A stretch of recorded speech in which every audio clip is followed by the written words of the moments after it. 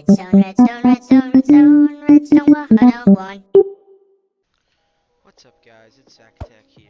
Welcome to this episode of Redstone 101. This is the series where I teach you guys how to build redstone components and show you guys how to build simple and complex redstone contraptions. Let's get right into today's episode. For today's episode, we will be taking a look at the Redstone Repeater component. So, a redstone line can contain power for about 15 blocks. After that, you run out of power. So, let's say I wanted to power a redstone lamp here.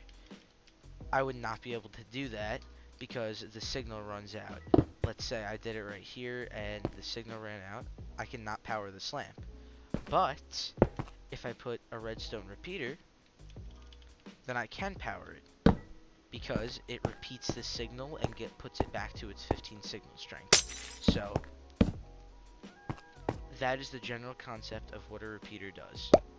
It repeats the redstone signal and gives it sort of like a new life. So this acts as another power source, but this can be toggled on and off by, let's say if I broke this power source, then it would turn off, and so would the thing that it was repeating into.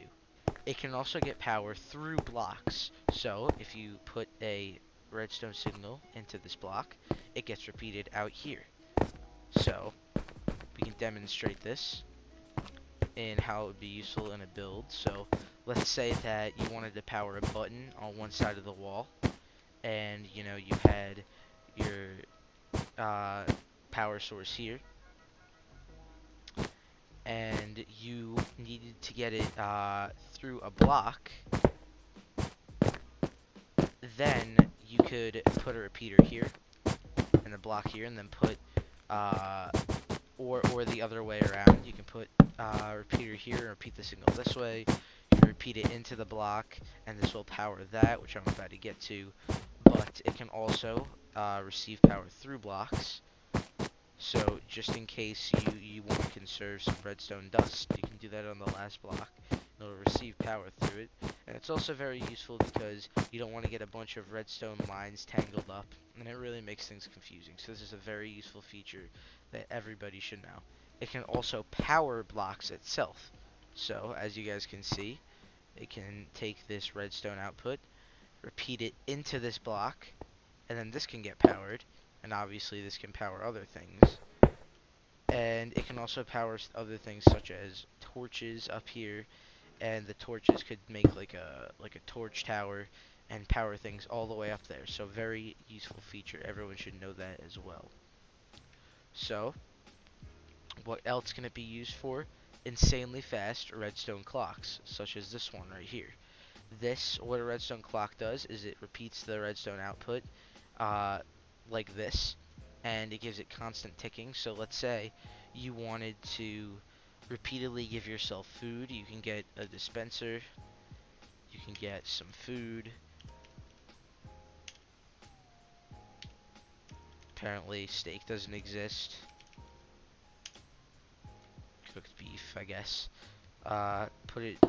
Repeat this signal into the dispenser and fill it up with food, and it'll keep dispensing. So first step, place one repeater facing this way, other repeating the opposite way.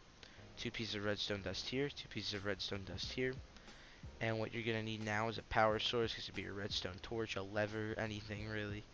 So you're going to want to power it, break your power source. And now what you want to do is you want to stand here, break, and replace as fast as you possibly can. And it makes a redstone clock just like this. See what else it can be used for. You could also delay things with the repeater. So this obviously would look a little weird if you don't know what a repeater does. Why does it look like this? So if you right click on it, then uh, the ticks actually slow down. So you see how this doesn't light up for a second once I place this, while as if it was on one tick, then it would light up immediately, like that. But another tick, it takes a little bit longer. 3 ticks, takes a little bit longer. 4 ticks, takes pretty long. So this can be useful in a variety of ways, which we can explore in future tutorials, or maybe even a little bit later on, like right here. So basically, let's say that you want buttons everywhere, but you don't want someone to know which one you pushed to open like a secret door or something. So let's see how long this takes. So this can get me up to my diamond pile. This is actually not such a compact design. Would not recommend this, but it's functional. So press this button, run up here, it opens, and it doesn't shoot. All right, let's try it again. Take 85. All right, door up, down. Hey, it worked. Pushed me up because I had another delay here, and that delayed the slime block getting pushed up 4 more ticks than the door opening. So that's pretty useful there. Uh, and let's see some of the things that the repeaters can't do, which I wish Mojang would add, because it is annoying. So this is what does not make too much sense, is that the repeaters can power this block, and all of these will get powered as well. But a repeater can get powered, which it already is here, and power this block. But the repeaters won't get powered, like so. So this could be very useful or very not useful, and 98.9% of the time it is not useful. So you should just use a redstone staircase like this if you're in that situation. So let's take a look at one last thing here for this episode, and that is a pulse extender. So let's say that you are standing on a pressure plate and wanting to get 5 concrete per minute. So instead, obviously, this redstone lamp would be a dispenser with concrete in it, and if we make this a pressure plate instead of a button, then uh, this would delay the time from when you're standing on this pressure plate till till the concrete got dispensed. As many ticks as are here, so that's 1, 2, 3, 4, 5, 6, 7, 8, 9, 10, 11, 12, 13, 14, 15, 16, 17.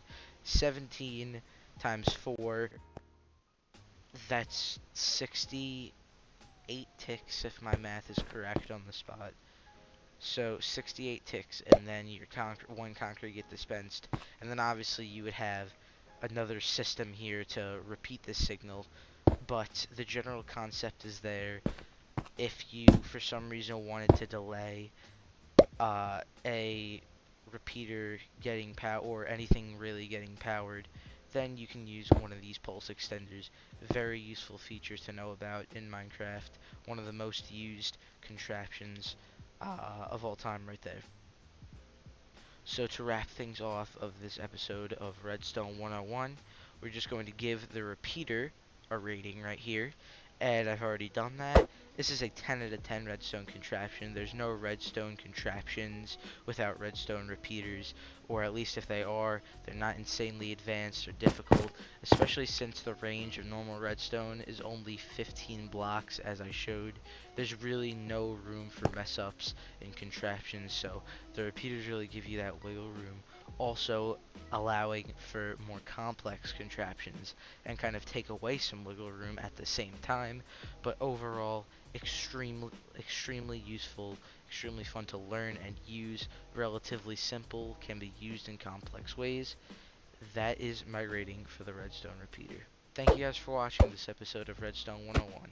If you enjoyed, please leave a like, subscribe, turn on notifications, and share this with all of your friends and family. Everything is really appreciated. Thank you guys for watching. Bye.